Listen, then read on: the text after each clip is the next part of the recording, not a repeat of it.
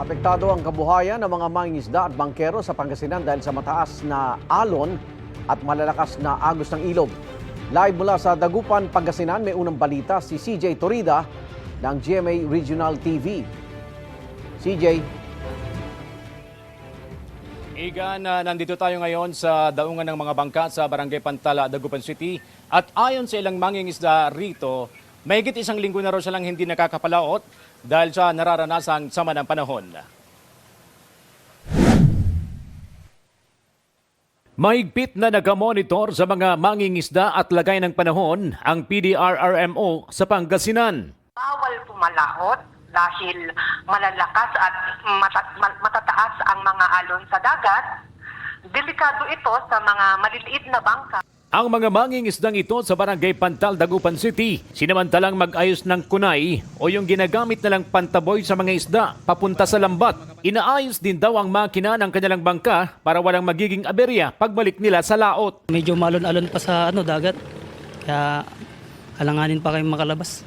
Apektado rin ang kabuhayan ng mga bangkero sa malakas na agos ng ilog. Nakatenga rin lang sa gilid ang kanilang mga bangka. Mga tumatawid takot din sila.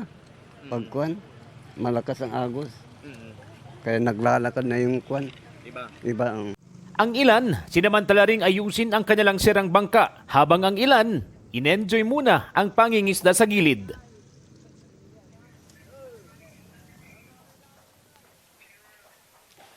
Igan, bukod sa PDRRMO, nakatutok din ang Philippine Coast Guard, ang PNP Maritime, siyempre ang lokal na pamahalaan at mga opisyal ng barangay sa sitwasyon ng mga mangingisda. Samantala, sa mga oras na ito, Igan, nakararanas tayo ng panaganakang ambon dito sa lungsod ng Dagupan.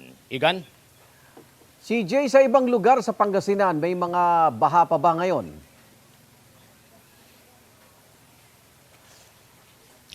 Igan, bukod sa Dagupan City, nakararanas din ng pagbaha sa ilang bahagi ng Lingayen, mga Tarem, Kalasyaw, Santa Barbara, dyan sa Orbistondo, Aguilar at sa bayan ng Bugalyon, Pangasinan. Balik sa iyo, Igan. Maraming salamat, CJ Torida ng GMA Regional TV.